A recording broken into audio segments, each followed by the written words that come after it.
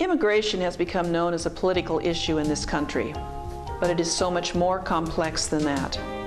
If you are interested in hearing a biblical perspective about this critical issue facing us at the local as well as national level, please plan to attend a showing of the film The Stranger.